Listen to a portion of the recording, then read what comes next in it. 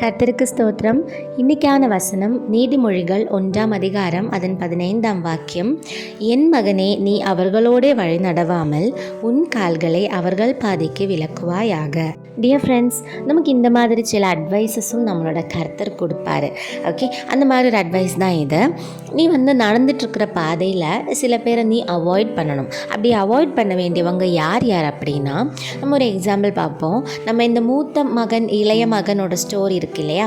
அதில் இளைய மகன் என்ன பண்ணுறாரு, அப்பா கிட்ட எல்லா சொத்தையுமே அவரோட பங்கெல்லாம் வாங்கிட்டு ஃப்ரெண்ட்ஸ் கூட போய் ஜாலியாக இருந்து அதை மொத்தமாக செலவு பண்ணி மொத்தத்தையே காலி பண்ணிட்டு அதுக்கப்புறமா கடைசியில் ஒன்றும் இல்லாமல் உட்காந்துருப்பாரு இல்லையா? இதே மாதிரியாக துன்மார்க்கமான வழியில் நடக்கிறவங்க, உங்களுக்கு பேடான வழி சொல்லி தரவங்க, இந்த மாதிரியான பர்சன்ஸ் எப்போவுமே நம்மளோட லைஃப்பில் வேண்டாம். அவங்களோட பாதையிலிருந்து நம்ம விலகி தான் நடக்கணும். Praise the Lord. ஆமென்.